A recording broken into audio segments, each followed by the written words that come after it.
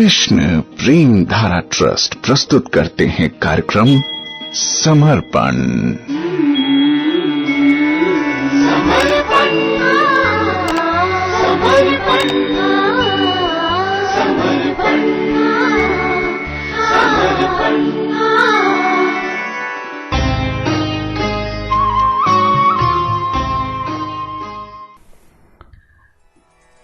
कार्यक्रम समर्पण में आपके साथ हूं मैं प्रेम धारा।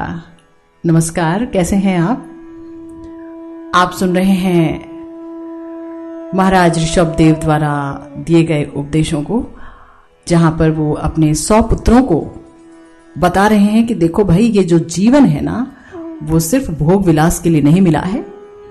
ये मत समझना कि मैं राजा हूं और तुम राजा के पुत्र हो तो तुम जो है अंधाधुंध भोग विलास करते रहो, ऐश्वर्य परक जीवन जियो, विलास में डूबे रहो, तो इससे तुम्हारा जो मनुष्य जीवन है वो बर्बाद हो जाएगा।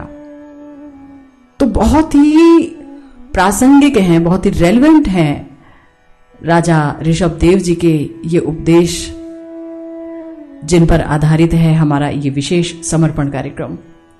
आज 5वें श्लोक में वो कह रहे हैं, पराभव तावद बोध जातो यावन् जिज्ञासत आत्मतत्वम यावत् क्रियास्तावदिदं मनोवय कर्मात्मकम येन शरीर बंधः।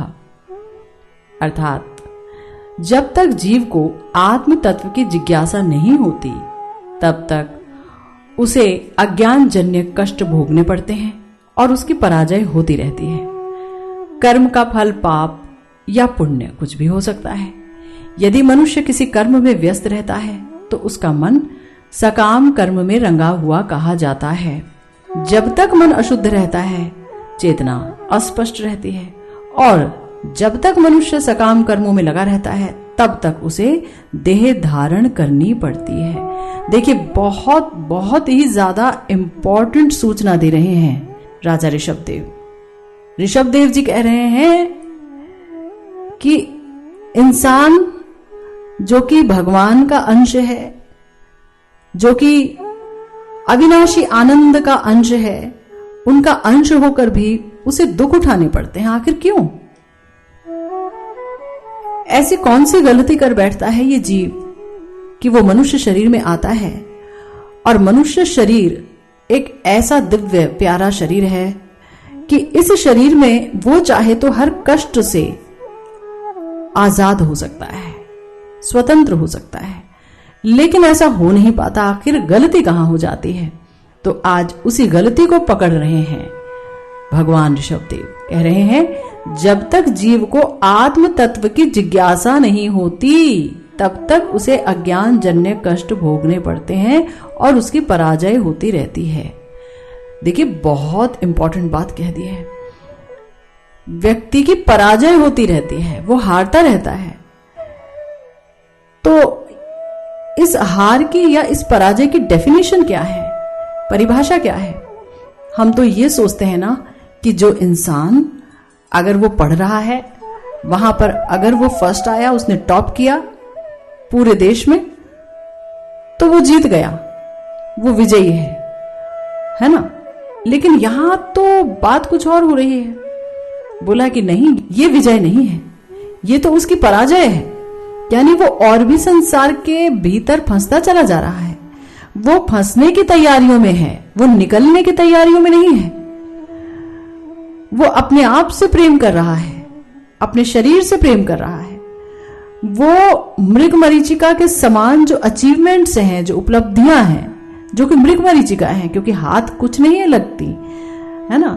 कुछ एक सालों का सफर होता है और उसके बाद सब खत्म हो जाता है। पैसों को भी कितना भोगेंगे? भोगेगा कौन? शरीर ही तो भोगेगा। शरीर को आराम देंगे, यानी जड़ को आराम देंगे और आत्मा प्यासी रह जाएगी।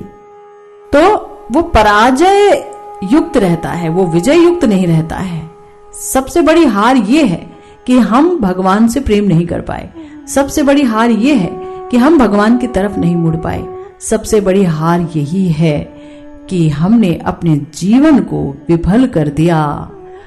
हमें हरि से अनुराग नहीं हुआ, प्यार नहीं हुआ, प्यार की एक ही वस्तु है, याद रखिएगा, और वो है भगवान। हमें उस भगवान से प्यार नहीं हुआ, हमें हमारे प्यारे श्याम सुंदर से प्रेम नहीं हुआ, जिनसे कि वृंदावन धाम का पत्ता पत्ता बूटा बूटा प्यार करता है, उनसे हम प्रेम नहीं कर पाए। सोचिए कितनी बड़ी विफलता है। तो कितना भी पढ़ाई कर लें और कितना भी कमाई कर लें, अगर हमारे मन की वृत्ति भगवान के चरणों में जाकर नहीं टिकती तो हम फेल हो गए, हम पराजित हो गए, हम असफल हो गए। और ये सब क्यों हुआ? क्योंकि जीव को आत्म तत्व की जिज्ञासा ही नहीं हुई। पूरा जीवन निकल गया, लेकिन एक बार भी ये जानने की कोशिश नहीं की कि क्या मैं, ये जो मेरे शरीर का नाम है, क्या मैं वो हूं, या मैं किसी का पति हूं, या मैं किसी का बेटा हूं, या मैं किसी की मां हूं, ये सब ही हूं क्या मैं, या इसके अलावा कोई और हूं? कौन हूं मैं? तो आत्म तत्व की जिज्ञासा ही नहीं हुई कि मैं नहीं चाहता बीमार होना तो भी बीमार होता हूं, मैं नहीं चाहता मरना लेकिन मर जाता हूं, शरीर छोड़ना पड़ता है, मैं नहीं चाहता दुख उठाना लेकिन दुखी होना पड़ता है, मैं चाहता हूं कि सारी चीजों का कंट्रोलर बनूं, अपने आसपास की सारी परिस्थितियों को मैं कंट्रोल करूं, लेकिन कई बार मैं कंट्रोल्ड हो जाता हूं, मुझ पर सबका नियंत्रण हो जाता है। तो जो मैं चाहता हूं वो होता नहीं है, और जो होता है वो सोचा नहीं होता है। तो ये क्या होता है? मैं कौन हूं आखिर? क्यों मुझे इतने दुख झेलने पड़ते हैं? ये सब क्या है? तो क्योंकि वो ये प्रश्न नहीं करता अपने आप से, इसीलिए उसे अज्ञान जन्य कष्ट भोगने पड़ते हैं। यानी वो कष्ट जो उसके अविद्या से, अज्ञान से प्रकट हुए हैं, उसको झेलने पड़ते हैं। ये बार बार जन्म लेना, ये बार बार मरना, ये बार बार बीमार पड़ना, ये बार बार शरीरों का चक्र, और भी ना जाने कितने कष्ट, भूख, प्यास, शोक, रोग, ना जाने कितने ही कष्ट सब भोगने पड़ते हैं। क्यों? क्योंकि वो ये जिज्ञासा नहीं करता, ये नहीं पूछता, ये जानने की कोशिश नहीं करता कि मैं कौन हूं। देखिए बड़ी विचित्र सी बात है, जीव भगवान का अंश है, आनंद का अंश है, और यही शिक्षा कहीं नहीं दी जाती है पूरे समाज में। कोई नहीं जानता कि ये जीव भला है कौन, ये कोई नहीं बताता है। और वैसे बहुत सारे कोचिंग इंस्टीट्यूट्स हैं, बहुत सारे वोकेशनल इंस्टीट्यूट्स हैं, और बहुत सारे कॉलेजेस हैं, पूरे दुनिया में कॉलेजेस भरे पड़े हैं, लेकिन आत्म तत्व के बारे में कोई नहीं बताता है, कोई जानकारी नहीं देता है। हाँ, और व्यक्ति क्या करता है? वो सकाम कर्म में रंगा रहता है। यहां बताया गया कि यदि मनुष्य किसी कर्म में व्यस्त रहता है, इसका मतलब कि उसका मन अशुद्ध है और उसकी चेतना भी अस्पष्ट है ना? क्योंकि अगर कोई व्यक्ति कर्म करेगा तो उसे उसका फल भोगना पड़ेगा। फल पॉजिटिव हो सकता है, नेगेटिव हो सकता है।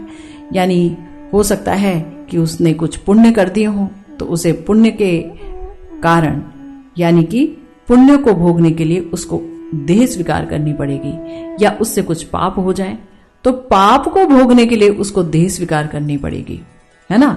दुख उठाने पड़ेंगे, दुख और सुख लगे रहेंगे। तो अगर व्यक्ति कोई कर्म करता है तो इसका मतलब है कि उसका मन सकाम कर्म में रंगा हुआ है, यानी कि वो अपने लिए सुख चाहता है। जैसे ही कोई व्यक्ति सुख चाहने लगता है तो फिर क्या होता है? फिर वो फंसने लगता है, उसका मन अशुद्ध हो जाता है, उसकी चेतना अस्पष्ट रहती है ना?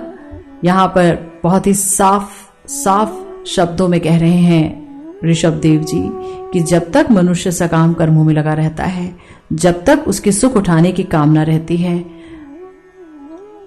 देखिए, सुख उठाने की कामना बुरी बात नहीं है, लेकिन इंद्रियों की तृप्ति के द्वारा सुख उठाना यह भयंकर है ना? आध्यात्मिक उपलब्धियों के कारण अगर सुख और आनंद हो, जो कि होता ही है, तो वो बहुत सुंदर बात है। लेकिन शारीरिक लेवल का सुख वो तो बहुत ही बेकार सुख है, और अगर कोई वो पाना चाहता है तो फिर उसको बारंबार देह धारण करनी पड़ेगी। हमेशा ऐसा होगा, हमेशा ही ऐसा होगा, है ना? देखिए, जब तक हमारे हृदय में अविद्या जनित प्रपंच रहेगा, अविद्या जनित काम, क्रोध, लोभ, मोह, मद, मात्सर्य, ये षड्रिपु रहेंगे, तब तक व्यक्ति को नारकीय कष्ट भोगना पड़ेगा। नारकीय कष्ट, है ना। देखिए, जो व्यक्ति भगवान के श्री चरणारविंद के चिंतन में लगा रहता है, उनकी भक्ति में लगा रहता है, तो ऐसा व्यक्ति भजन के बल पर भूख, प्यास, शोक, मोह, जरा, मृत्यु, इस समस्त 6 गुण को और समस्त 6 इंद्रियों को और मन को भी जीत लेता है। भगवान के भक्त जो हैं वो परम पुरुषार्थी होते हैं, क्योंकि देखिए, पुरुषार्थ तो सिर्फ यही है ना कि येन केन प्रकृण मन भगवान में लगे, है ना। अगर वो पुरुषार्थ हमने नहीं किया, हमने कुछ पाया ही नहीं, है ना। यानी हमने जो कुछ भी पाया है वो राख है, असार है। हमारे एक बहुत बड़े आचार्य थे, महाराज प्रियव्रत। महाराज स्वयंभू मनु के पुत्र थे प्रियव्रत जी, और भगवान के परम भक्त थे, बहुत ही बड़े भक्त थे। लेकिन वो सिर्फ भजन करना चाहते थे, वो चाहते नहीं थे कि मैं गृहस्थी करूं। परंतु अगर राजा भक्त ना हो तो फिर उसके राज्य में संकट ही संकट आता है। तो ब्रह्मा जी ने महाराज प्रियव्रत को समझाया कि भाई तुम राज्य करो, और जब ब्रह्मा जी की बात भी वो सुन रहे थे तो भगवान भी आए। भगवान ने भी कहा कि देखो, ये जो तुम राज्य करोगे इससे तुम फंसोगे नहीं, क्योंकि जो व्यक्ति इंद्रियों के वशीभूत होता है, अगर वो सन्यासी भी बन जाए, वन वन विचरण करता रहे, तो भी उसके जन्म और मृत्यु का भय बना ही रहेगा, क्योंकि बिना जीते हुए मन और इंद्रिय रूपी उसके 6 शत्रु उसका कभी पीछा नहीं छोड़ते हैं, है ना।